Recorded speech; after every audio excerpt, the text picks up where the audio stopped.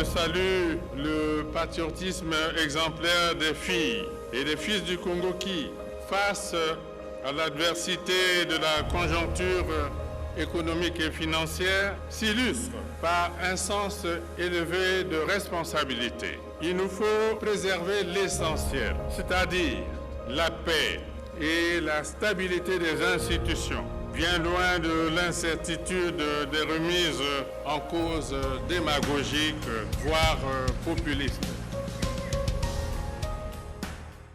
Parmi les grandes avancées enregistrées par le Congo ces dernières années, dans le processus de son développement, il y a la fibre optique.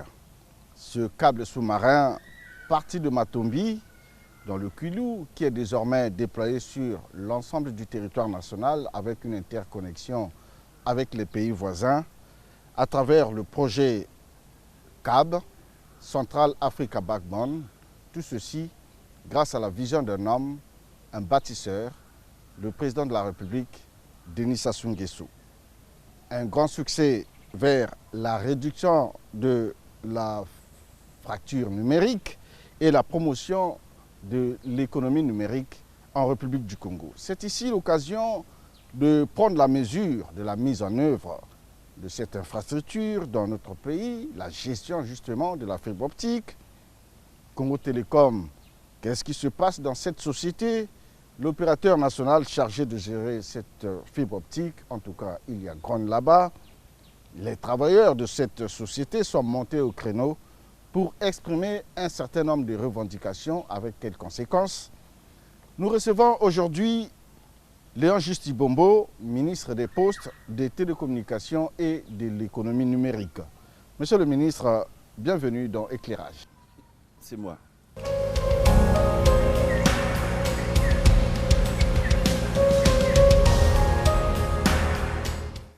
Alors, monsieur le ministre, le sujet principal de cette émission est la fibre optique. Quelle est la situation actuelle de la fibre optique en République du Congo?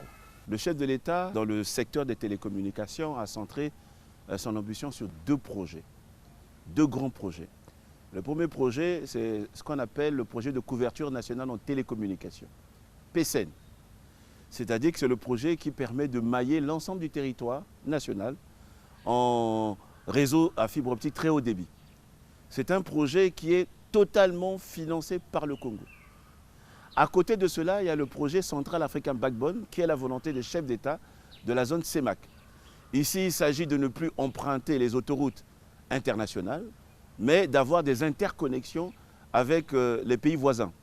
Aujourd'hui, on a pu finaliser l'interconnexion entre le Congo et le Gabon avec un cofinancement de la Banque mondiale. Nous sommes en train de travailler pour la finalisation de l'interconnexion avec le Cameroun, dans le même cas du projet Central African Backbone, Congo-Cameroun et Congo-RCA. Voilà l'ambition et la politique. Maintenant, dans le cadre de la gestion de cette fibre optique, le président avait une autre ambition, c'est le boulevard énergétique. En 2011, il y avait un câble THT, très haute tension, de la SNE dans le temps, et les experts ont pensé qu'il fallait, à côté de ce câble THT, très haute tension de la SNE, qu'on puisse aussi adosser un câble à fibre optique qui permettra en cas d'avoir une certaine redondance. Donc, on a installé sur le réseau de la SNE un câble de 24 brins à fibre optique qui permet aussi à ce que la SNE ou la souveraineté de pouvoir utiliser ces brins en cas de besoin. Donc voilà l'ambition. Maintenant, la gestion de cette fibre. La feuille de route du chef de l'État, qui date des années 2014-2015, c'était de mettre en place une société de patrimoine. Il faudrait que, comme au Gabon, une société de patrimoine qui puisse gérer l'ensemble des infrastructures très haut débit dans notre pays. Évidemment, la situation de Congo Télécom posait problème. Et nous nous sommes dit, on ne peut pas aller tout de go vers la mise en place de cette société de patrimoine. Il nous faut aller par étapes. Par étapes, pourquoi? Parce que Congo Télécom, justement, est dans un secteur totalement libéralisé. le secteur des télécommunications, il n'y a plus de monopole. C'est la concurrence. A été totalement libéralisé à partir de 1997. Nous avons eu les opérateurs comme Libertis, comme Celtel, comme Zen, comme Warid. Donc on avait totalement libéralisé le secteur. Donc il fallait qu'on donne d'abord les capacités de résilience à Congo Télécom avant qu'on aille vers ce type de patrimoine. Et au niveau de la gestion du PCN, c'est-à-dire le point d'atterrissage de la fibre optique à Matombi, évidemment, c'est Congo Télécom. Mais pour le cas d'espèce, il ne s'agit pas du PCN. Il s'agit d'un réseau qui existe depuis 2012 et qui est sous-exploité. Je veux même dire qu'il n'est même pas exploité. À la vérité, Congo Télécom y a adossé quelques équipements et il y a 4 brins qui ont été dévolus à Congo Télécom qui n'utilisent que 2 sur 24. les brins, c'est quoi exactement? Bon, les brins, ce sont des composants de la fibre optique. C'est-à-dire qu'une fibre optique, c'est un câble. C'est un ensemble de câbles. Et dans ce câble, il y a plusieurs fibres. Et chaque fibre, on appelle ça brin. Chaque fibre est une autoroute de l'information et de la communication. Et donc, Congo Télécom, on utilise 2. Congo Télécom, on a pris 4. Mais Congo Télécom n'utilise que 2. Sur 24, donc, il nous reste 20 brins qui, depuis 2012, ne sont pas utilisés. Bon, c'est vrai, il faut quand même le dire. La SNE, dans le cadre de la EDC, maintenant dans le cadre de la télémétrie, de la transmission de ces informations, utilise, je pense, un seul brin. Mais le reste des brins ne sont pas utilisés. Alors, qu'est-ce qu'il faut faire à ce moment? Mais c'est ça la question. En tant que responsable du secteur, qu'est-ce qu'il faut faire? Mais nous ne sommes pas partis tout de go pour maximiser cet investissement de l'État. Qu'est-ce qu'on a fait? On s'est appuyé sur une étude de la SNE en 2015. Vous voyez, l'infrastructure totalement achevée en fin 2011. En 2015, la SNE se dit, mais on a un câble... Actuellement, EDC. EDC se dit, mais on a un câble, qu'est-ce qu'on en fait? EDC va va commettre une étude à une grande société qui a pignon hein, dans le secteur des télécommunications. Je vais citer une grande société française, c'est Tactis, qui nous accompagne même dans le cadre du développement de l'économie numérique. Donc Tactis va faire cette étude. À la suite de cette étude, les conclusions de cette étude, donc de 2015, hein, je précise bien, il faut que cette fibre optique, puisque le cœur de métier de EDC n'est pas la vente des capacités en fibre optique, le cœur de métier, c'est l'électricité.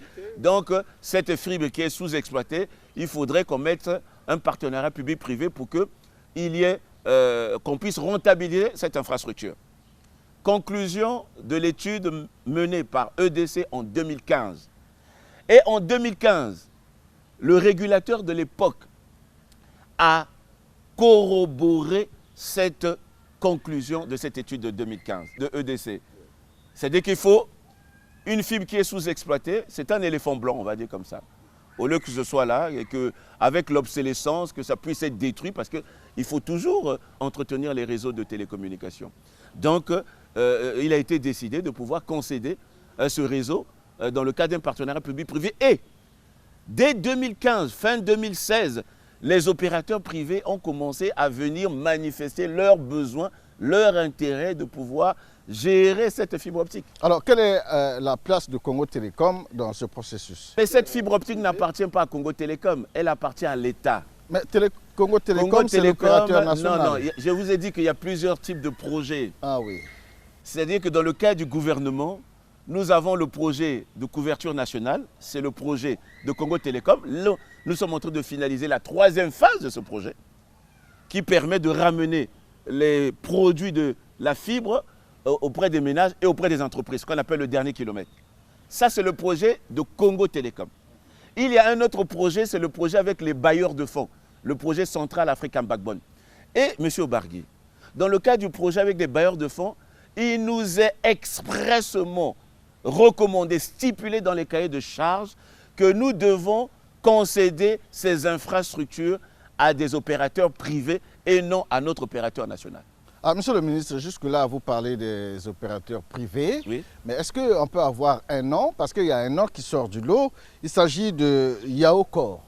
C'est quoi exactement? Non, avant de parler de Yaocorp, parlons aussi du groupe Vivendi Africa, qui a manifesté son intérêt de gérer cette fibre optique, qui nous a fait une offre. Yaocorp aussi, puisqu'on devait exploiter, rentabiliser cette infrastructure à travers un partenariat privé.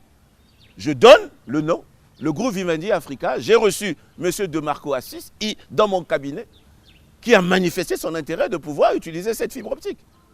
Mais Yaocorp nous a fait une offre différente. On va dire meilleure pour nous, le gouvernement. Parce que dans cette offre, il y a la création des emplois. Dans cette offre, il y a la perspective du développement de l'économie numérique avec, à la clé, c'est des ambitions qui sont tellement grandes. Mais, écoutez, si un opérateur vient, vous présente ce type d'ambition, près de 1000 emplois qu'on va créer à travers cette infrastructure. Avec cette offre, le Yaocorp va payer les impôts, les taxes, va même payer une redevance annuelle à l'État. Nous nous sommes dit, oui, c'est une entreprise congolaise, c'est une start-up, comme on dit dans le jargon congolaise. Bah, écoutez, l'offre était plus attractive et en conséquence de cause, on a agréé à cette offre. Mais ce n'est pas le ministre des Télécoms qui a agréé à cette offre, c'est le gouvernement. Puisqu'il y a 3 ministères. Il y a le ministère en charge du portefeuille public, parce que toutes les entreprises de l'État rentrent dans le cadre du portefeuille public. Il y a le ministère en charge de l'énergie, puisque ce câble est sur le réseau de EDC, et il y a le ministère en charge des télécommunications, puisqu'il s'agit des télécommunications, d'un câble à fibre optique. Et nous avons agréé à cette offre, parce que nous avons vu que cette offre était plus attractive pour le gouvernement. Est-ce une concession? C'est une concession. Comme on a concédé, le réseau Congo-Gabon aujourd'hui a été concédé à un opérateur privé. Je ne vois pas pourquoi est-ce qu'il y a menace, pourquoi est-ce qu'il y a agitation, excusez-moi le terme. Il y a effectivement agitation. Mais pourquoi est-ce qu'il y a agitation pourquoi est-ce qu'il y aurait agitation alors que le même réseau à fibre optique, 512 km, a été concédé à un opérateur privé, Congo-Gabon, concédé à un opérateur privé, et je peux vous assurer, ce réseau est opérationnel et Congo Télécom passe ses capacités à travers ce réseau. Mais ça n'a jamais créé des agitations.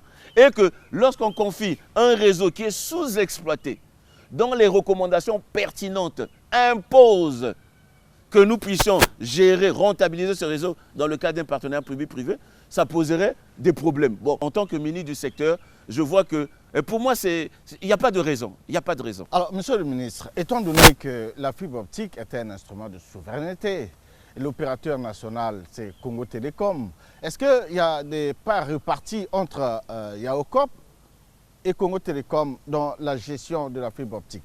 Il faut faire un distinguo entre le réseau, entre le projet de couverture nationale en télécommunications, qui est le projet dévolu à Congo Télécom, à qui nous avons déjà concédé les licences pour avoir la 4G.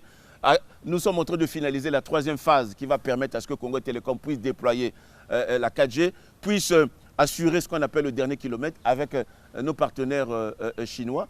Et les financements sont bouclés. Il s'agit maintenant, nous sommes sur nos prescriptions, nous sommes en train de regarder le cahier de charges, parce que le cahier de charges relatif datait de 2014-2015, et on a vu que les montants, à travers un benchmarking, les prix qu'on nous proposait en 2014 ne sont plus les mêmes en 2020.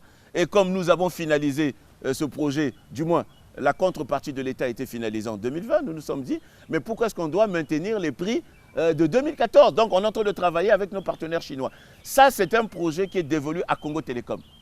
Mais les autres projets, y compris le projet Central African Backbone, les recommandations de nos partenaires, c'est que ces infrastructures ne doivent pas être gérées par notre opérateur historique parce que ça va casser la concurrence.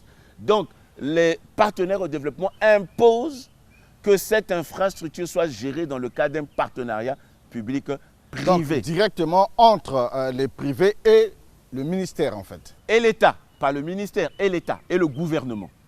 Voilà.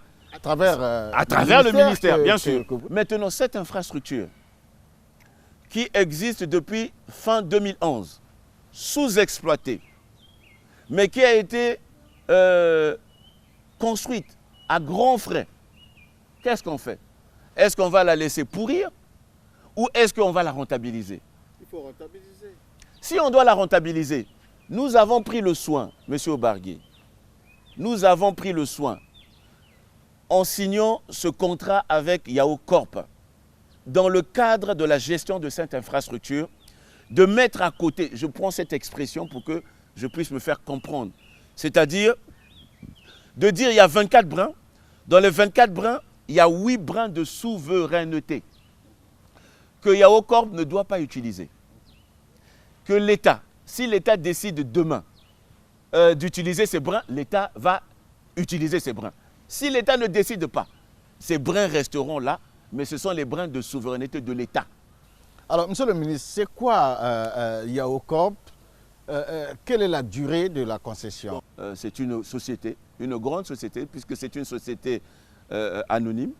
Et Yao Corp a un démembrement ici installé dans notre pays, un démembrement dans notre pays. Ça, c'est un non-dit, parce qu'on a dit que Yao Corp n'existe pas. Mais ça existe dans notre pays. Il y a une filiale qui s'appelle Silicon Connect, qui travaille dans le secteur des télécommunications. Cette société nous a fait cette offre. Et je dis, la proposition de Yao Corp, parmi tant d'autres, j'ai cité pas des moindres, a agréé le gouvernement. C'est un opérateur qui nous a fait un projet, qui nous a fait un plan. Cet opérateur a commencé à travailler sur la question lorsque l'étude de EDC en 2015 a été publiée. Il n'y a pas que Yao Corp. Il y a d'autres sociétés aussi qui avaient manifesté leur besoin de pouvoir gérer cette infrastructure. MAM Service, par exemple, je peux dire. J'ai cité tantôt le groupe Canal Box de GV Africa. Alors, Monsieur le ministre, les travailleurs sont en colère, en tout cas, ils ne décolèrent pas. Ils ne comprennent pas le fait que la fibre optique, une partie de la fibre optique soit gérée par les privés, alors que c'est l'opérateur national. Mais pourquoi ne pas booster les capacités opérationnelles de Congo Télécom? Le secteur des télécommunications a été libéralisé. Il n'y a plus de monopole dans notre secteur. Non seulement il n'y a plus de monopole, n'oublions pas aussi, parce que les faits sont têtus, nous sommes en rapport avec les institutions financières internationales. Et dans le cadre du rapport que nous avons, il y a des déclencheurs. Mais parmi ces déclencheurs, il y a quoi? Entre autres, il faut libéraliser le secteur. Il ne faut plus qu'il y ait des organes de l'État qui puissent avoir le monopole. Ici, il s'agit... Dans l'autre sens, il faut avoir des organes de l'État forts. Ah ben bien sûr, mais nous sommes en train de travailler pour... Mais c'est nous qui avons... Mais c'est nous. Vous savez, je vais vous dire une chose. Lorsqu'il s'est agi de pouvoir restructurer Congo Télécom, les travailleurs de Congo Télécom disaient non, on ne veut pas de restructuration chez nous, nous on veut garder le même statut de société anonyme unipersonnelle. Mais c'était terrible. Mais nous sommes venus en leur dire non, on doit faire évoluer les statuts de cette société. Sinon, la société ne tiendra pas dans le secteur concurrentiel dans lequel il entreprend. Et aujourd'hui, on nous donne raison. Parce qu'on dit oui, c'est bien, on a fait évoluer les statuts, on a aujourd'hui une direction générale, on a aujourd'hui un conseil d'administration. Mais c'est une très bonne chose. Mais il s'agit aussi de reconnaître que nous ne pouvons pas, le gouvernement n'a pas le droit de concéder, de donner à Congo Télécom toutes les infrastructures très haut débit, surtout les infrastructures qui sont construites avec l'apport des partenaires. Les bailleurs de fonds. Les bailleurs de fonds. Mais les infrastructures qui sont construites à 100% capitaux congolais, oui, on peut donner ça à Congo Télécom. C'est tout à fait normal. Mais ici, il s'agit d'un projet qui existe depuis fin 2011, qui ne rapporte rien à l'État. Et nous avons dit même... Rien du tout. Mais je vous dis, nous avons été surpris et même enchantés quand nous disent que les deux brins que Congo Télécom utilise à travers ce réseau, à travers ce câble attenant au réseau THT de EDC, rapporteraient à Congo Télécom 80% de son chiffre d'affaires. Mais nous sommes les plus heureux. Si deux brins rapportent à Congo Télécom 80% de son chiffre d'affaires, Congo Télécom, on a 4 sur le réseau déjà, mais avec 4 brins, ça ferait 160%. et avec le réseau terrestre. Parce que là, on parle que du réseau aérien. Mais si on mélange avec le réseau terrestre, mais Congo Télécom, mais c'est une mine d'or. Oui, mais nous, on est les plus heureux. Congo Télécom est en train de faire bonne œuvre. On peut comprendre que vraiment, il y a de l'argent qui rentre.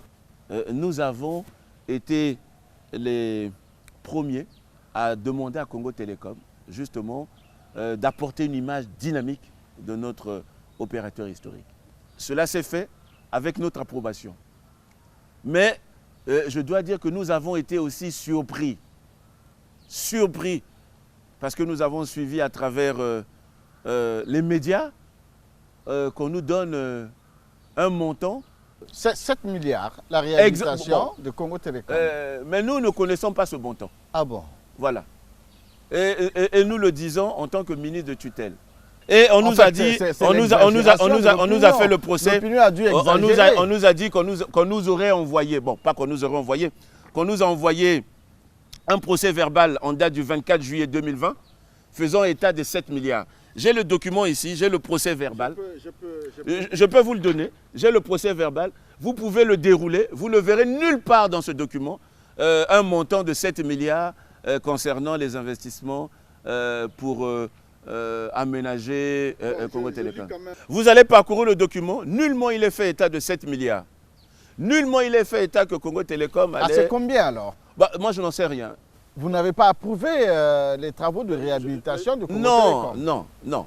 Dire ça, c'est... Qu'en est-il exactement? Quels sont vos rapports avec Congo Télécom? Nous avons approuvé le montant qui nous a été proposé par la présidente du conseil d'administration. Nous l'avons approuvé. Mais nous avons été surpris. Le montant qui nous a été proposé, bon, je peux dire, ne dépassait pas 2 milliards. Parce que la transparence, c'est tout la ça. transparence, c'était un montant qui était à 1,3 milliard, 1,4 milliard. Nous Alors avons pourquoi on est à 7 milliards oui, parce que nous avons été étonnés. C'est même évoqué à l'Assemblée nationale. Parce que nous avons été étonnés de voir qu'il y aurait un montant de 7 milliards. Parce qu'à la vérité, c'est quoi? Vous savez, M. Obargui, je parle en tant que... Parce que Congo Télécom est sous la tutelle. Parce qu'on entend un peu dire, deux fois, sans lire les textes, Congo Télécom est sous la tutelle du ministère en charge des télécommunications. Mais à Congo Télécom, nous avons quelques dossiers qui sont encore pendants. Lesquels? Lesquels, par exemple, le paiement des soldes des travailleurs qui aujourd'hui n'ont pas recouvert certains droits. Voilà. Donc, si on a 7 milliards, moi, j'aurais préféré qu'on prenne, j'aurais préféré qu'on prenne même 1 milliard, comme ça, pour éponger un peu, on va dire, la dette sociale de Congo Télécom, pour essayer d'apaiser un peu quelques souffrances de nos compatriotes. Voilà, il ne s'agit pas, nous ne sommes pas contre ce qui se fait à Congo Télécom, non. Bien au contraire. Mais nous avons été surpris de constater qu'un montant qui est quand même considérable.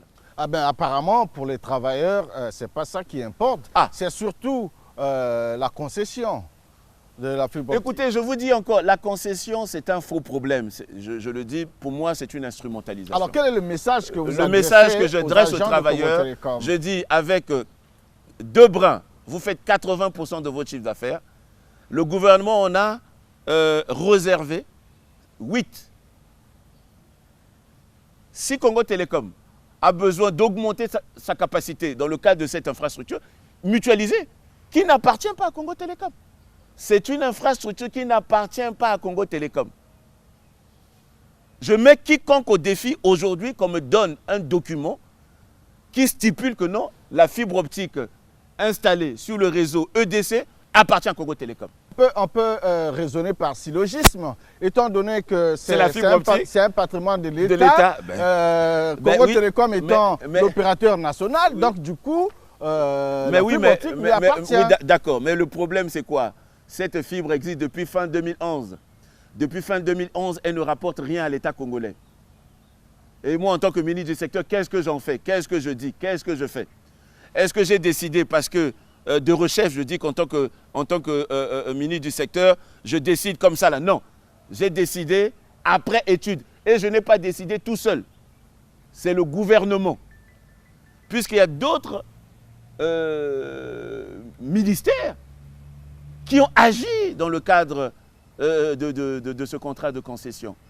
Et c'est pour rentabiliser. Chaque fibre optique, chaque brin de fibre optique est une autoroute.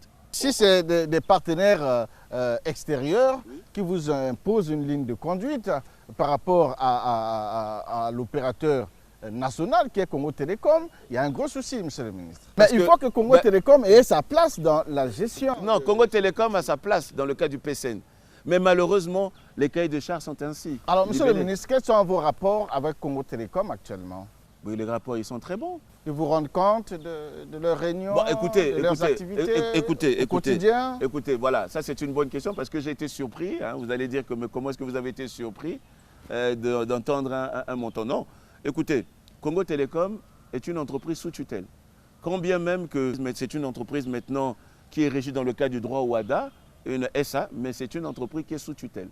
Voilà, la tutelle de Congo Télécom, c'est le ministère en charge des télécommunications, qui impulse la politique du gouvernement dans le cadre des secteurs des télécommunications. Et nous pensons que il ne peut pas y avoir agitation au niveau de Congo Télécom. Le gouvernement a pris sa responsabilité dans le cadre de la rentabilisation des infrastructures. Maintenant, le gouvernement a une politique qui est claire au niveau des télécommunications, y compris au niveau de Congo Télécom. Congo Télécom a, on va dire, à la gestion exclusive du PCN. C'est la gestion exclusive de Congo Télécom. Mais Congo Télécom n'a pas la gestion du projet Central African Backbone. Congo Télécom n'a pas aussi la gestion des autres infrastructures de l'État. Mais on parle de concession comme si c'était quelque chose de spontané. Mais dans notre pays, on a concédé. La route Brazzaville-Pointe-Noire a été concédée dans le cadre d'un PPP. Pourquoi? Les aéroports. Mais les aéroports n'ont pas été concédés. Pourquoi? Mais parce que justement, dans le cadre d'un partenariat public-privé, on peut mieux rentabiliser cette infrastructure parce que l'État n'a plus l'argent pour assurer la maintenance. L'État n'a plus d'argent. Le centre international de conférence de Kintélé n'a-t-il pas été concédé à un partenaire privé? Pourquoi? Mais pour rentabiliser les infrastructures. Ce n'est pas quelque chose d'ex nihilo qui est tombé comme ça du ciel, une invention, non, ça existe. Je vous dis, le réseau Congo-Gabon a été concédé à un opérateur privé congolais. Ça n'a jamais posé de problème. Et cet opérateur, je vous l'assure, faites vos investigations, aujourd'hui, transite ses capacités par Congo Télécom. Ça n'a posé aucun problème. Alors, monsieur le ministre, les travailleurs ne décolèrent toujours pas, ils ont des revendications. Ils craignent que Congo Télécom soit effacé de la carte. Ils n'ont pas à craindre. Ben alors, les travailleurs n'ont pas à craindre. Est-ce qu'il n'y a pas de conséquences sur les travailleurs? Il n'y a aucune conséquence sur les travailleurs, bien au contraire. Vous pouvez les assurer, les rassurer. Je peux rassurer les travailleurs. Nous, notre travail, c'est de rendre compétitif Congo Télécom. Ce n'est pas de broyer Congo Télécom. Il s'agit ici que Congo Télécom puisse se mettre au même diapason que les autres opérateurs. Mais sinon, Congo Télécom va disparaître. Monsieur le ministre, je crois que c'est aussi votre mot de fin. Le gouvernement a pris ses responsabilités. Je m'adresse au travail de Congo Télécom. Il s'agit d'une infrastructure mutualisée qui ne rapportait pas grand-chose à l'État. Et dans le cadre de la rentabilisation des infrastructures de l'État, le gouvernement a pensé, et surtout sur la base des conclusions d'un cabinet international, le gouvernement a pensé concéder une partie de cette infrastructure à un opérateur privé, justement pour la rentabiliser. Il ne s'agit pas de pouvoir retrancher à Congo Télécom son aire de la guerre, non, bien au contraire. Les brins de souveraineté sont là et Congo Télécom peut en faire la demande, peut utiliser ces brins et Congo Télécom doit même utiliser ces quelques brins de souveraineté. Si aujourd'hui Congo Télécom, avec 2 brins, fait 80% de son chiffre d'affaires, ben écoutez, nous sommes les plus heureux que Congo Télécom puisse avoir 4 brins de plus et qui fera que non, mais Congo Télécom pourrait avoir plus de capitaux, plus de moyens, mais nous devons susciter l'attractivité du secteur de l'économie numérique dans notre pays. La seule manière, ce sont les capitaux étrangers. La seule manière, c'est l'investissement privé. Et nous ne devons pas bloquer l'investissement privé dans notre secteur. Voilà la vérité. Et voilà la raison pour laquelle nous avons concédé ce réseau à un opérateur privé en Donc, tenant pour en combien de prenant temps? le soin. Pour combien de temps? C'est 10 ans. La concession, c'est 10 ans. Voilà. 10 ans en prenant le soin de mettre à côté des brins de souveraineté qui peuvent permettre à l'État de toujours fonctionner, y compris à Congo Télécom, de pouvoir continuer à assurer son déploiement. Monsieur le ministre, merci d'avoir été avec nous. Mesdames et messieurs, excellente journée à tous.